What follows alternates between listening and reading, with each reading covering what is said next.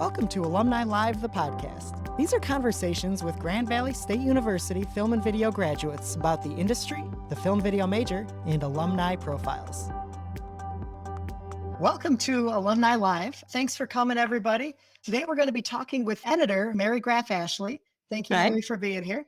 Thanks for having me on here. When we look at your resume, it reads like a list of all my favorite stuff. And I've seen a lot of your work, right? So you've done the behind the scenes for Lost, obviously Pacific Rim. You've done the behind the scenes for the Hobbit movies, Lord of the Rings, and of course, King Kong, which was something that was a really important thing for me. I think some of the students and maybe alumni watching might be wondering, how do you get involved with these, huge franchises, specifically doing that behind the scenes work that you do? Well, and for Lost, I would have loved to do behind the scenes, but it was promos for that one. But behind the scenes is pretty similar. It's all marketing materials because they want to sell that DVD. And I mean, things are obviously changing now, but DVD, Blu-ray, and, streaming, I hope they'll start showing more behind the scenes. But I started out at a trailer house, and that's obviously movie advertising, marketing. But I got to spend time in the home video department, and then we got to do behind the scenes for X-Files. And I just fell in love with it, doing documentary content. There's so many different names for it. And then just kept in touch. Like I know a lot of the other alums say it's all about who you know. And so people I knew would move to different companies and I'd keep in touch and kind of just evolve to be at another place where they just mainly do DVD content. I just call it DVD. That's the phrase I use. Yeah. So I just love learning from the stories. I love telling stories and kind of hearing the filmmakers and the actors' perspective and how they approach their work. Yeah. For all those same reasons, I love watching those. And you can really feel in the work that curiosity and interest you put in there. Like the things that I would ask questions for end up showing up on screen. So I'd get a lot of my questions asked. How do you decide what goes into these promos, into these behind the scenes pieces? There's a lot of different variables and elements. It's the producer you're working with, the boss, the production company, because I've been at a lot of different vendors and studios, and then obviously the clients on their end. But if you're lucky, often they let the company do what they do. Usually you send them a rough outline. This is from the company perspective, not so much mine, but they say we're going to do these pieces in this rough write-up. And then it's really who's running the interviews too. If you get to submit questions, or if your company is hosting the interview and shooting it themselves and asking, that's the best, because then you can get the info you want. A lot of times it'll come up that a client is like, didn't they talk about such and such, or can't we have them say this? We're like, sorry, it wasn't asked and they didn't answer it, so we don't have it. Sure. It's the same thing in documentary, right? Yeah. Yeah, it's just whatever the conversation was and how it kind of almost makes itself. And then, of course, sometimes there's certain points where you want to mention certain stories from filming or not mention certain things that can't be mentioned for political reasons or something like that. Sure. Yeah. I imagine in a production, there's lots of drama and conflict and things. I mean, that's part of the reason we love celebrities so much, is you get to see all that. But for promo materials, it sounds like you don't want all of that in there, right? Yeah, I mean, it just depends. I mean, for liability, it's not often. Once in a while, there's something that went down that they're like, yeah, and even if I know those things, and even if I try to stay away from them, and sometimes I think it's clean, and they're still like, no, we can't also say, I'm like, oh, okay. But usually it's more just the stories, it's just the actor's perspective and obviously all the filmmakers' perspective. It's rare that they interview editors, but that's always exciting when they have the editor talking about something about the assembly of a film. Right. Which I'm really excited to get in with you. We both do some editing. Before we get into even some of your more recent stuff, I've got something that I got to ask you about, because very important for me, even before I went to Grand Valley, I was gifted this DVD set of the King Kong production diaries. And I understand that you are the person that helped put all these together. You made a couple episodes of these. So we've got some video footage here of that. So this is from, I think, the last episode. So tell me a little bit about how these came to be. They came, they're really important to me. And so what are we looking at here? Okay, so this last one is kind of staged, but it's Andy Serkis turning the camera around on us because we were the behind the scenes crew. So it's basically the behind the scenes of the behind the scenes. So the production diaries were something that were little, I guess, webisodes that seemed kind of new at the time. It was 2005. And they were put online on kongisking.net, which is also the same as the onering.net and the same guys. So they were put on there every week to get you excited about the movie coming out. And because obviously Kong is a remake a few times over, nothing could ever really be a spoiler. So it was a rare situation where you could do something like that, where you could just show any green screen footage, anything from set, and it's not obviously going to spoil the story. They tried not to show the actual facts or what it was actually going to be like because they saved that for the release. But yeah, so we did all different ones like the extras, the vintage cars on set. Some were just on Jack Black or the actors would host. Those were the most fun, or coming back for pickups. I always thought they're the best way for students to see all the different areas of a production behind the scenes. They really talk to everybody, all the Kiwis on set, even the guy who would have to call for them to stop filming if there's airplanes flying overhead in Wellington. And so they would just show pretty much anything you could do, and you could do it on a film production. I mean, you're in New Zealand filming this stuff, right?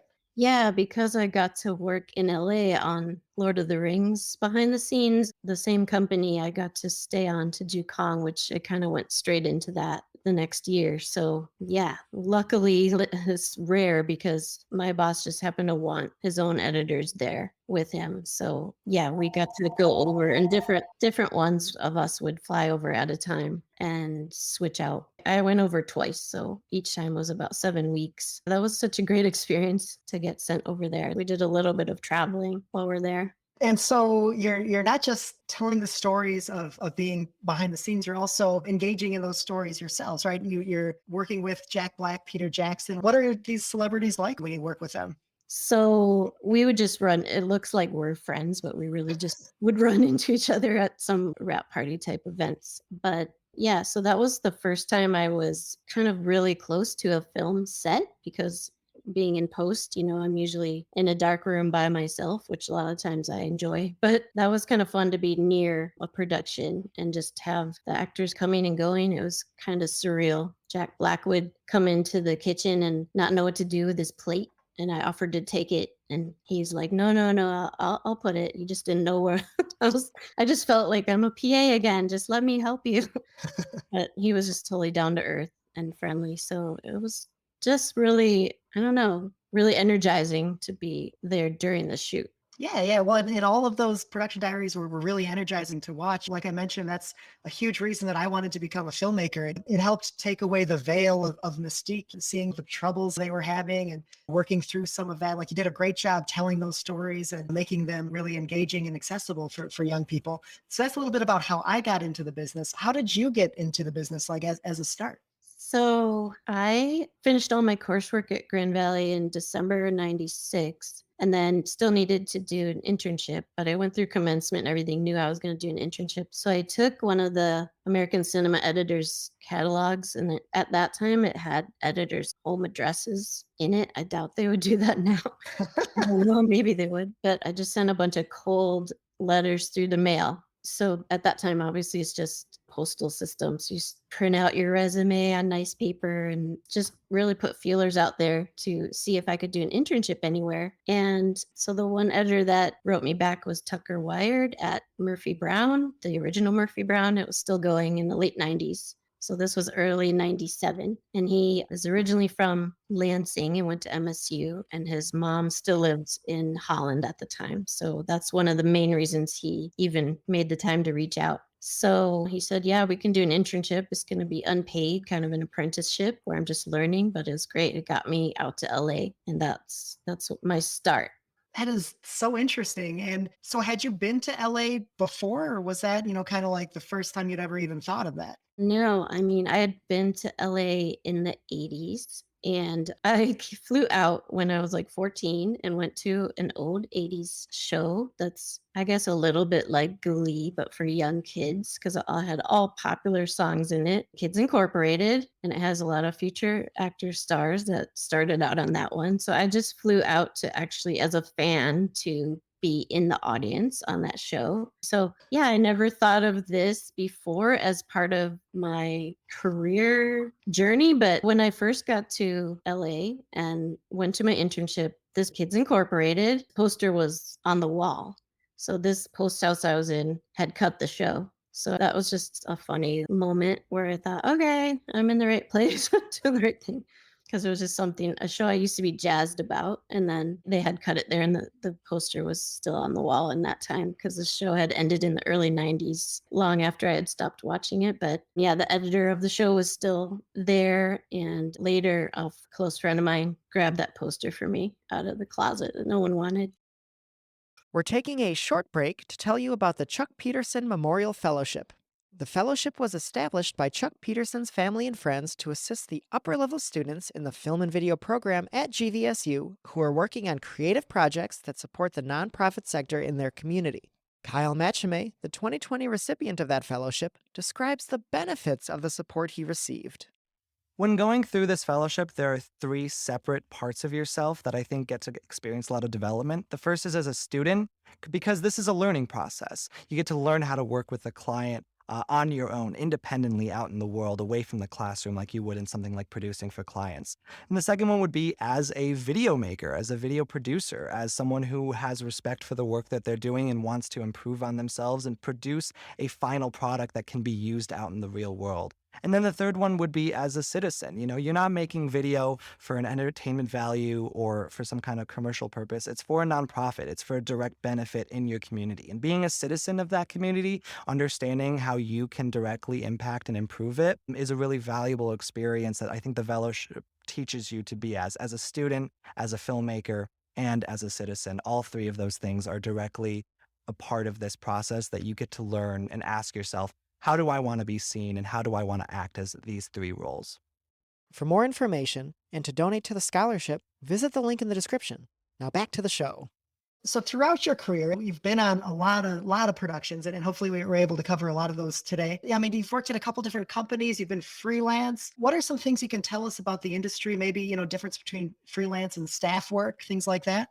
Mainly, the difference is security versus freedom and health benefits and 401k versus paying into your own future. And then it depends what type of company. Like I've been at trailer house, I've been at promo houses, I've been at places that only do behind the scenes, or maybe they do both. So it depends, do you enjoy coming back onto these same projects? If you're on staff, they'll just keep giving you more and more and more shows or movies or projects. There's always stuff that needs to be done. Whereas freelance, you're free to make your own schedule and travel when you want and take the jobs when they're available, hopefully, and apply for certain ones that you want to get and work with people you want to work with. So there's pros and cons either way. Yeah, just all different opportunities. And I've worked at actually so many different places by choice that it's probably different from someone that had a very clear, straightforward career path, who maybe, like a close friend of mine, just worked at the one trailer house and then he's been at Disney this whole time because he loves it. That's what he wants. That's what he does. And I actually like variety. I love moving around and doing all kinds of different projects. And right now, I just love security. I have Yeah. two Yeah, kids, and it's just easier to have a more set schedule at the same place where I'm now. definitely. And let's talk a little bit about the career path there. We've got a question from Facebook here. Elisa asks, do you have any advice for editors just starting out in their careers? So now you're at Disney and ABC, right? So what do you Mhm. see there? New people in their careers, people just starting out? Good question. It depends if you're saying how to start out when you've already gotten the job or if you're looking for them. But I know they have an internship program at ABC that I didn't know everything about. We just had 3 or 4 interns start. And I know a lot of the other coworkers I have now started out there as interns. So they just want to find people that they're going to keep. And a lot of companies do that. So that's the best way to just get your foot in the door any way you can, even if it's an area you don't want to do or you're not going to end up doing that. Just try it out. Every job is an opportunity for experience and knowledge. Yeah, definitely. Do you have a demo reel like of all this different stuff that you've put together? Is that something that is a tool for you? Yeah, I have just some clips in the Vimeo page I sometimes send. I mean, I've been lucky that I often have so many contacts that people really want to go with someone they know or someone that's referred. So that will definitely help to have a nice website and to show that they can kind of see who you are and kind of get a sense of the kind of cutting style and the work that you do. Yeah, okay. So that's great advice. So thanks, Elisa, for that question. Over the course of your career, what have you seen change in the industry in terms of either technology or even positions, right? So have assistants been the same and things like that? Yeah. So what have you seen change? Everything. So, yeah, I mean, when I started, well, at Grand Valley, we were on Media 100, learning that. So that felt really new to do nonlinear editing. And What is a Media 100? that's nonlinear editing, similar to Premiere and Avid. So that was just another brand. I don't know what it would be similar to today. Suzanne Zach could tell you. Um, so I learned that a few classes before graduating, and then coming out to LA, everything was on Avid, and Avids were humongous and took up like a small room, and there'd be a humongous RMag that was could carry 3 gigs that you'd have to put all these different ones in to get your media insanity. And now look at what our phones do.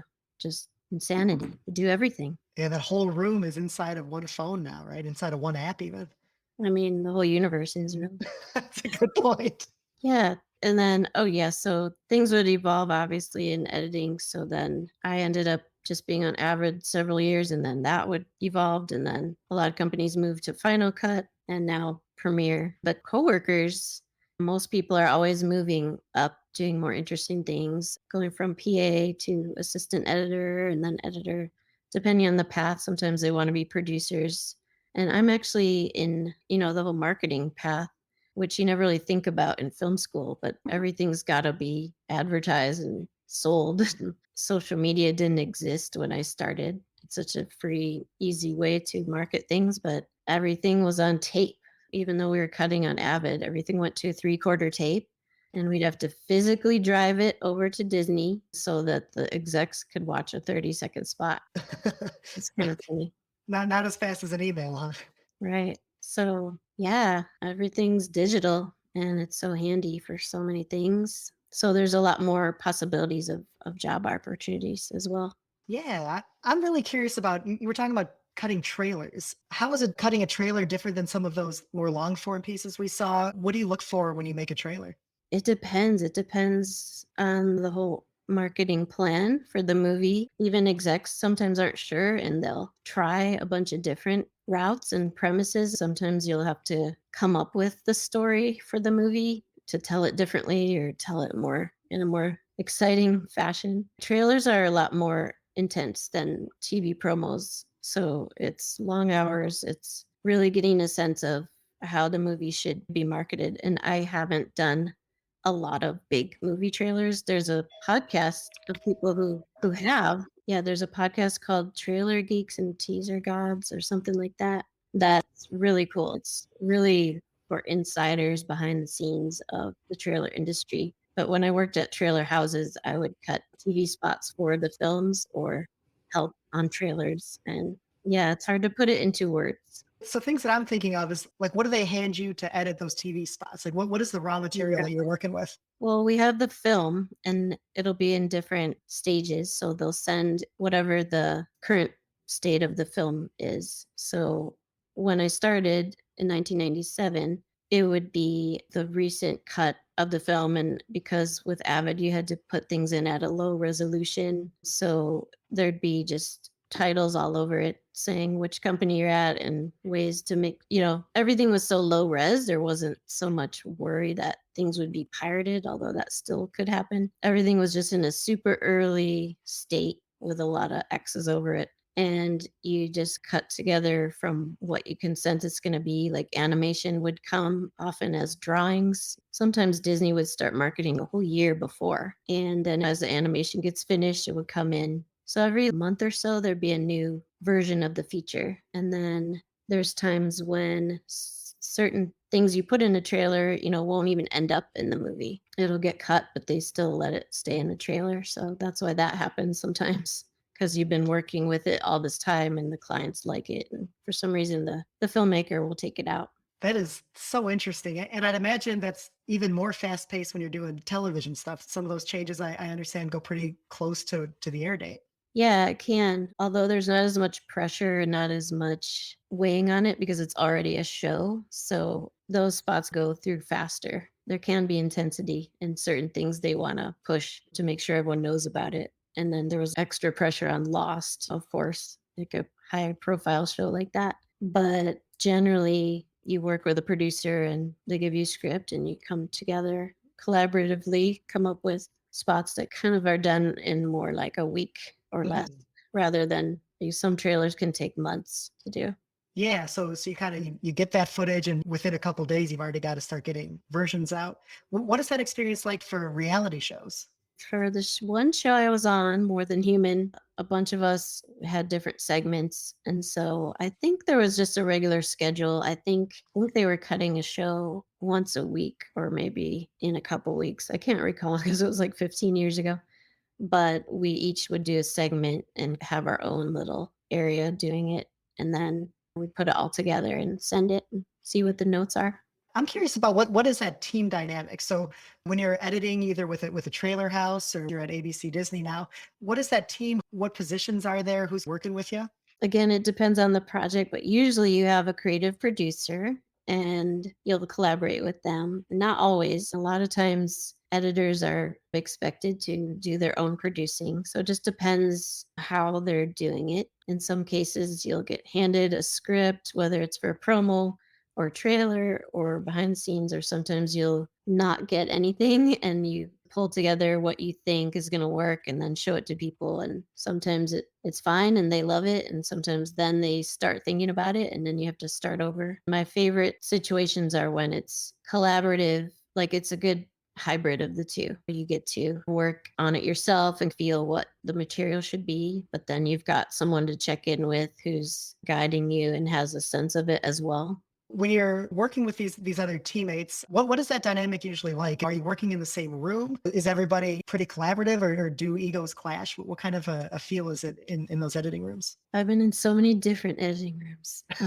It depends. Sometimes you're in a room late together and have to get something done. They don't live in your room. They I've been in a few places where there's a desk in the room for the producer, but ideally they have their own office and they'll check in. So it's hard to be, I don't mean to be nebulous, but it's depends on the gig and it depends how, I guess, whatever the producer knows and the boss and the whole layer of approval. It depends what they know. Maybe they know info that you don't know, like who they need to feature. And often they share that, but sometimes they forget what needs to be said, what the marketing brief is. Yeah, every project is different. It just evolves out of that space. Mhm. What role does music play in the pieces that you put together? When do you bring that into the process? Is it always the same track? How do you work with music? Music is so integral, right? For promos, often you can't spend much money on it. So we have a whole library at ABC of library music, we call it, or needle drop, that is already paid for, or someone gets a small royalty for it. For trailers, there's a much bigger budget, so they can use regular songs that you would know, and you can just pay for those if you got the budget. Like for Bug's Life, I was there when the Disney client wanted to use The Who, Baba O'Reilly, and I think it cost 50 grand, and I Whoa. blew the whole like music budget on that. But they buy it in perpetuity so they can use it for all the marketing. Yeah, he always added classic rock songs. Doing behind the scenes, you can often use the film score. Like for Lord of the Rings, that worked well. For Kong, it didn't work as well because there wasn't enough orchestral stuff that could be underscore. It was Mm, very intense from this feature. So we were like, what do we do? We need something else. So the studio just sent us Waterworld that we could just use. really? They owned it. So not in the production diaries, but I also cut the Origin of Kong piece on the DVDs. So you'll hear it in that, at least in the first one. And it Yeah. worked. So I'm glad we had some use. I do have that Origin of Kong here. You mind if we play a little bit of that and maybe talk about it? Sure. Go All for right, it. so here it comes. And so things that I'm going to be, kind of curious about as we watch this is, what are some of the decisions you make? How did you decide to order different things? So here it comes. First time I saw the original Kong was in New Zealand on TV Friday night, and I would have been about 8 or 9 years old, probably about 1970. It was King Kong that actually started my love of fantasy and science fiction. So before that, even though I'd been making little Super 8 movies, they were mainly World War II films, and Kong was one of those defining moments in your life where everything changed after I saw Kong. For starters, it gave me a real sense of what I wanted to do as a career, which wasn't actually. So a lot of that footage there is his home movies, right? That's stuff that he gave you? Yeah, I'm glad to had gotten involved in Peter Jackson Productions because he's basically always been doing his own behind the scenes of himself. And he has more shots of him as a kid trying to make King Kong. I mean, that's what this piece is about. Yeah, so he sent us these photos. Some of the previous footage he had already sent for one of his other behind the scenes pieces for The Frighteners. And I think by 2005 or 2006, when we were cutting the special features, he didn't have any new video to send us, but it still works. It works well in there. Yeah. Is that so? This was, you said 2005. How has your process evolved since you were making this? Do you feel like you've changed how you work at all?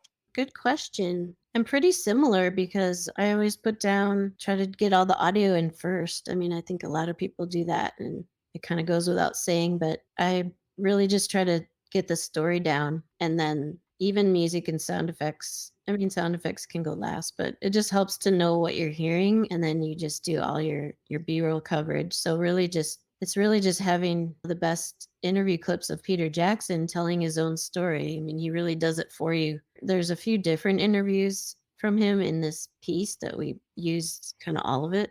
And this last interview didn't come until last, so we weren't sure how it was going to get started. So there were just different stages of the interview process where my boss would ask him different questions. So luckily we got this last, and then it intros this whole time of his life, this whole story. When you do these pieces, you mentioned that there's a producer you work with that always likes to put in classic rock music. Do you feel like you have a style? Are there like certain Mary Graff Ashley isms that you could say, oh, that's a piece of my work? I don't know. I love so many different kinds of music. I kind of like slower storytelling. I guess that would be my vibe, which worked for Peter Jackson. He just likes to tell the story. It didn't need to be flashy or over the top.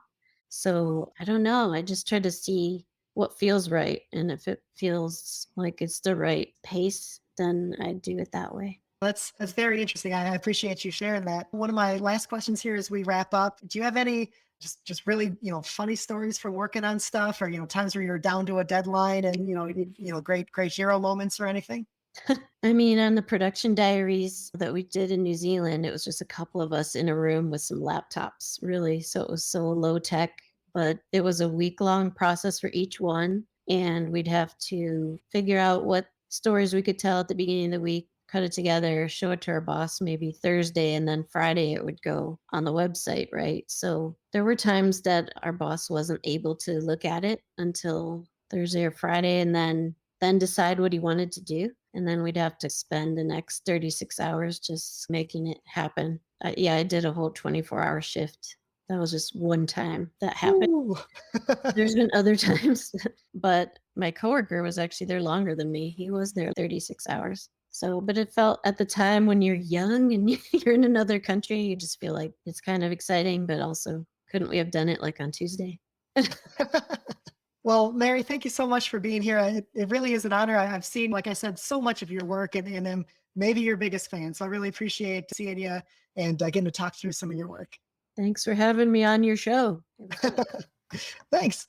And for everybody else out there, Alumni Live is on Facebook and YouTube. And if you want to subscribe, we'd appreciate that. And we'll have lots of other alumni coming out here to talk about their process and ways to get in the industry. So thanks, everybody. Subscribe. Subscribe. Thank you for joining us for this episode of Alumni Live, the podcast. Subscribe to our podcast to hear more from our alumni across the industry. Check out Alumni Live on Facebook, Instagram, and YouTube for more conversations and networking. Let us know what topics you want to hear our alumni talk about. The Grand Valley State University Film Video Alumni Network is here for you, and we're glad that you're here. Thank you for listening.